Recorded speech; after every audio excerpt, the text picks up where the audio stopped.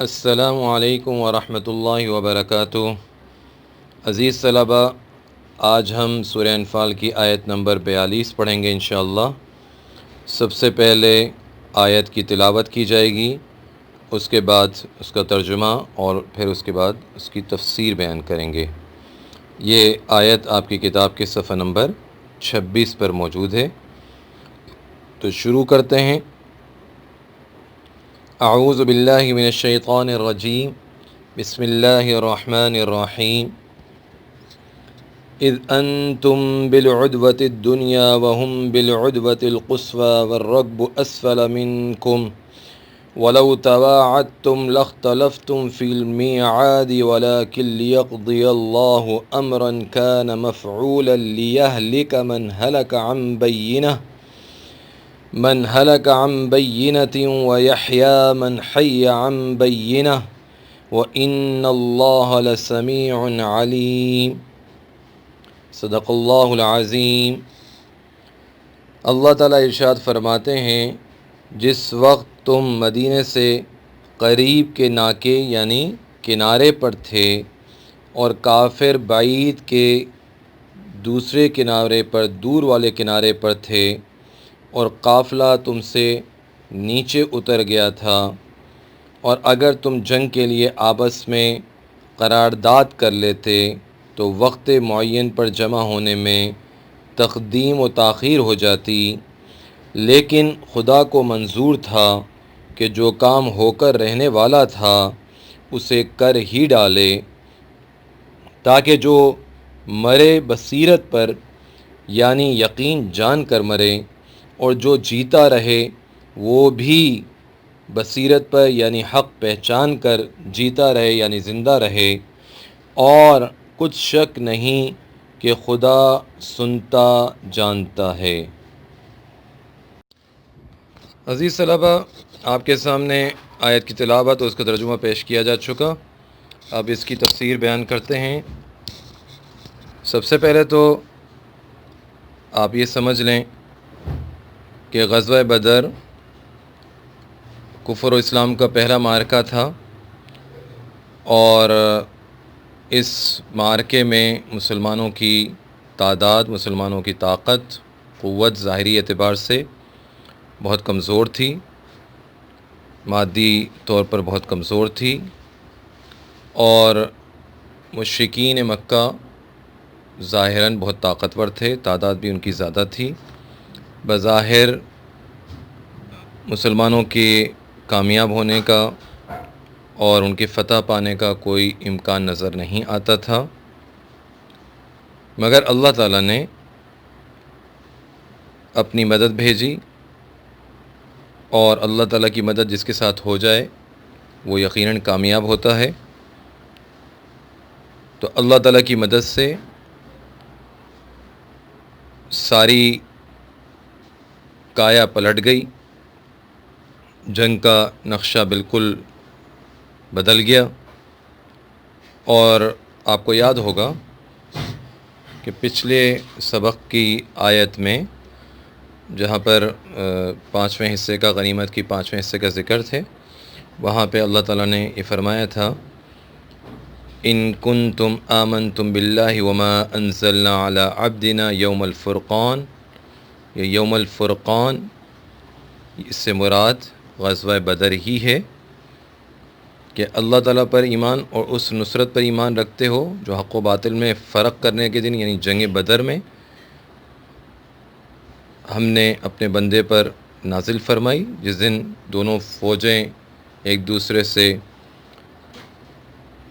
لڑ پڑیں، مٹ بھیڑ ہو گئی، تو اس دن اللہ تعالیٰ نے اپنے بندے یعنی حضرت محمد صلی اللہ علیہ وسلم پر جو مدد نازل فرمائی، اس پر تم ایمان رکھتے ہو، تو پھر اس تقسیم کو بھی جس طرح اللہ تعالیٰ بیان فرما رہے ہیں اسی طرح کرو۔ تو یہ ذہن میں رہے انشاءاللہ۔ اس غزوہ بدر کی کچھ تفصیل آج کے سبق میں انشاءاللہ ہم پیش کریں گے، لیکن اس سے پہلے کچھ الفاظ جو اس آیت میں استعمال ہوئے ہیں ان کے معنی سمجھنا ضروری ہیں، تاکہ آپ اس آیت کا صحیح مفہوم جو ہے وہ سمجھ سکیں۔ عدوہ کے معنی ایک جانب کے آتے ہیں، اور لفظ دنیا ادنا سے بنا ہے جس کے معنی ہیں قریب تر کے۔ آخرت کے مقابلے میں اس جہان کو بھی دنیا اسی لیے کہا جاتا ہے کہ وہ عالم آخرت کی نسبت انسان کے قریب تر ہے۔ عالم آخرت تو بعد میں آئے گا، اس وقت انسان چونکہ یہاں رہ رہا ہے، اس جہان میں رہ رہا ہے، تو اس لیے اس کو دنیا کہتے ہیں۔ اور لفظ قصوہ اقصیٰ سے بنا ہے، اور اقصیٰ کے معنی بعید تر کے ہیں۔ 42ویں آیت میں ہلاکت اور اس کے مقابلے میں حیات کا ذکر بھی آیا ہے، اور آپ اس کا ترجمہ بھی سن چکے ہیں۔ ان دونوں لفظوں سے موت و حیات کے ظاہری معنی مراد نہیں ہیں، بلکہ معنوی موت و حیات یا ہلاکت و نجات مراد ہے۔ معنوی حیات اسلام و ایمان ہے، اور موت شرک و کفر ہے۔ قرآن کریم نے کئی جگہ یہ الفاظ اس معنی میں استعمال کیے ہیں۔ مفسرین اسی طرف گئے ہیں کہ یہاں پر بھی اسی معنی میں استعمال ہوئے ہیں۔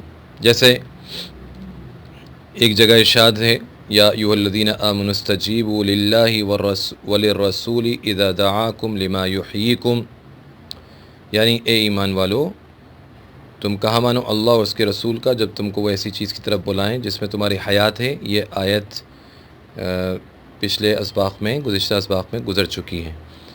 اور حیات سے مراد وہ حقیقی حیات، وہ دائمی راحت ہے جو ایمان و اسلام کے نتیجے میں ملتی ہے۔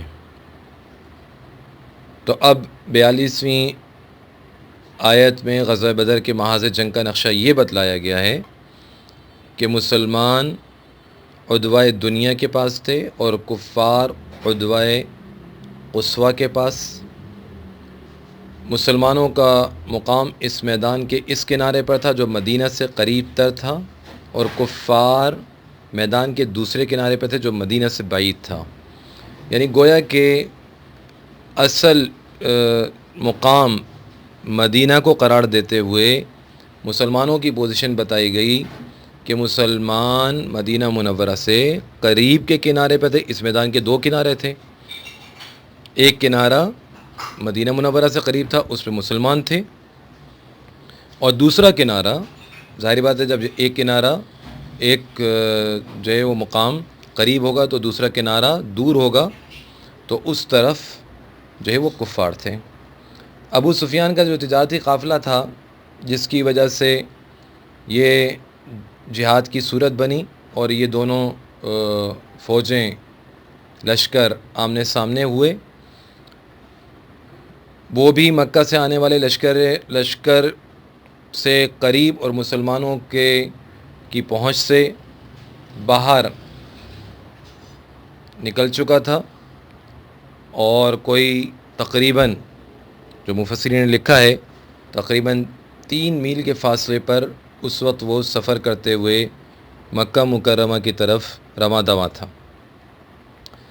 اس نقشہ جنگ کے بیان سے مقصد یہ بتلانا ہے کہ جنگی اعتبار سے مسلمان بالکل بے موقع، اور جنگی اعتبار سے جو جگہ ان کے پاس آئی تھی وہ بھی کوئی اچھی نہیں تھی دشمن پر قابو پانے کا، بلکہ اپنی جان بچانے کا بھی کوئی ظاہری امکان اس اعتبار سے نظر نہیں آتا تھا، کیونکہ اس میدان کی وہ جانب جو مدینہ سے قریب تھی وہ ایک ریتیلی زمین تھی جس میں چلنا مشکل تھا، پانی کی کوئی جگہ ان کے پاس نہیں تھی، اور مدینہ سے بعید والی جانب جس پر کفار نے اپنا پڑاؤ ڈالا تھا وہ صاف زمین تھی، اور پانی بھی وہاں سے قریب تھا۔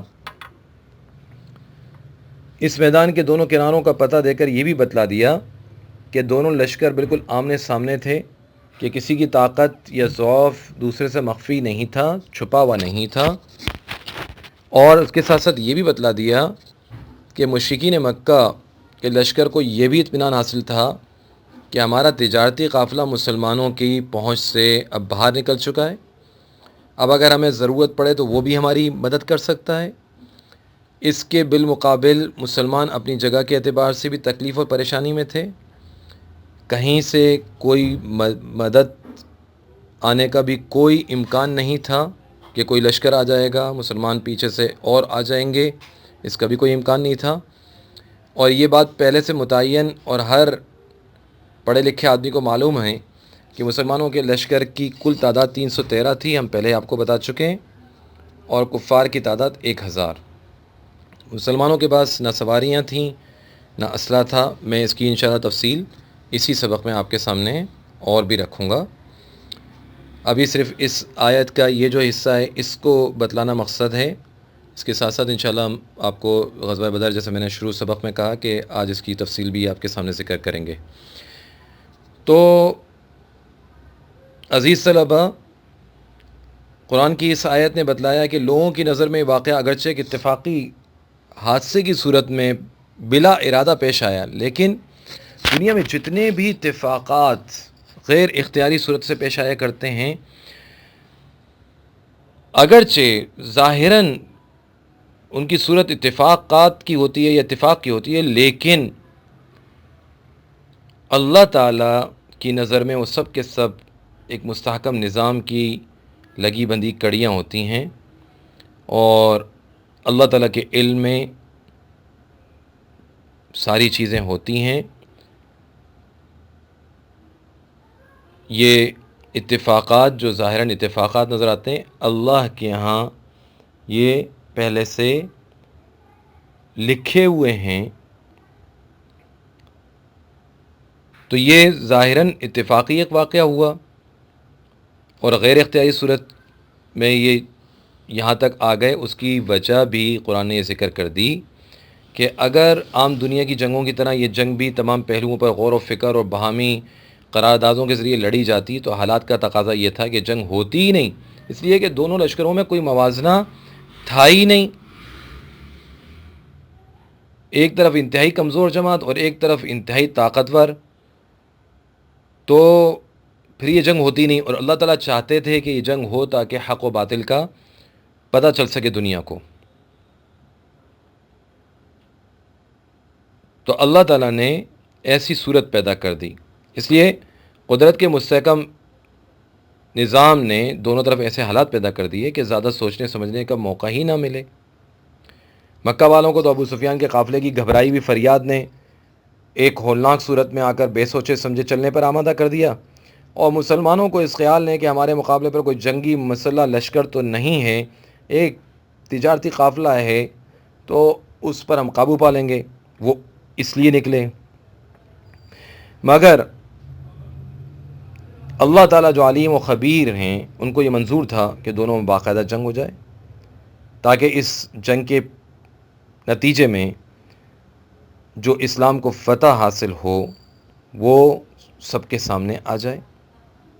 اس لیے فرمایا وَلَكِنْ لِيَقْضِيَ اللَّهُ أَمْرًا كَانَ مَفْعُولًا، یعنی ان حالات کے باوجود جنگ اس لیے ہو کر رہی کہ اللہ تعالیٰ کو جو کام کرنا ہے وہ اس کی تکمیل کر کے دکھائے، اور وہ یہ تھا کہ 1000 جوانوں کا مسلح لشکر کے مقابلے میں 313 بے سر و سامان فاقہ زدہ مسلمان، اور ہر اعتبار سے کمزور، جنگی اعتبار سے کمزور، میدان جنگ کے اعتبار سے کمزور، وہ جماعت جب اتنے بڑے لشکر پر فتح حاصل کرتی ہے تو پھر یہ معلوم ہو جائے گا ساری دنیا کو کہ اس جماعت کے پیچھے کوئی بڑی قدرت اور طاقت کام کر رہی تھی، اور وہ طاقت کس کی ہے عزیز طلبہ؟ وہ طاقت اللہ کی ہے۔ وہ مدد کس کی ہے؟ اللہ کی ہے۔ اور جیسے میں نے عرض کیا کہ جس کے ساتھ اللہ کی مدد ہو وہ کامیاب ہوا کرتا ہے۔ تو جب یہ ساری دنیا کو یہ پتہ چلے گا کہ مکہ کے یہ قبائل اور مکہ کے آس پاس رہنے والے قبائل قریش اور دیگر جو اس لشکر میں شامل ہوئے، خصوصاً مکہ کے رہنے والے جن سے لوگ اس زمانے کی بڑی بڑی طاقتیں حکومتیں ان سے الجھتی نہیں تھیں، ان سے لوگ گھبراتے تھے، وہ ایک چھوٹی سی جماعت سے ہار گئے، شکست ہو گئی ہے ان کو، تو ہر سمجھدار آدمی اس کو سمجھ لے گا کہ اس چھوٹی سی جماعت کے ساتھ کوئی غیبی مدد تھی جبھی یہ کامیاب ہوئے. اس لیے آخر آیت میں ارشاد فرمایا لیہلک من ہلک عن بینۃ ویحیی من حی عن بینہ، یعنی واقعہ بدر میں اسلام کی کھلی حقانیت اور کفر و شرک کے باطل و مردود ہونے کو اس لیے کھول دیا گیا کہ آئندہ جو ہلاکت میں پڑے وہ دیکھ بھال کر پڑے، اور جو زندہ رہے وہ بھی دیکھ بھال کر رہے، اندھیرے اور مغالطے میں کوئی نہ رہے. اس آیت کے الفاظ میں ہلاکت سے مراد کفر اور حیات و زندگی سے مراد اسلام ہے. مطلب یہ ہے کہ حق واضح ہو جانے کے بعد غلط فہمی کا احتمال اور عذر تو ختم ہو گیا. اب جو کفر اختیار کرتا ہے وہ دیکھتی آنکھوں ہلاکت کی طرف جا رہا ہے، اور جو اسلام اختیار کرتا ہے وہ دیکھ بھال کر دائمی زندگی اختیار کر رہا ہے. پھر فرمایا ان اللہ سمیع علیم، اللہ خوب سننے جاننے والے ہیں کہ سب دلوں میں چھپے ہوئے کفر و ایمان تک ان کے سامنے ہیں، اور کوئی چیز ان سے چھپی ہوئی نہیں ہے. تو عزیز طلبہ، یہ اس آیت کی تفسیر تھی، آپ کے سامنے میں نے بیان کر دی. اگلی آیات کے ساتھ انشاءاللہ پھر حاضر ہوں گے. السلام علیکم ورحمۃ اللہ وبرکاتہ.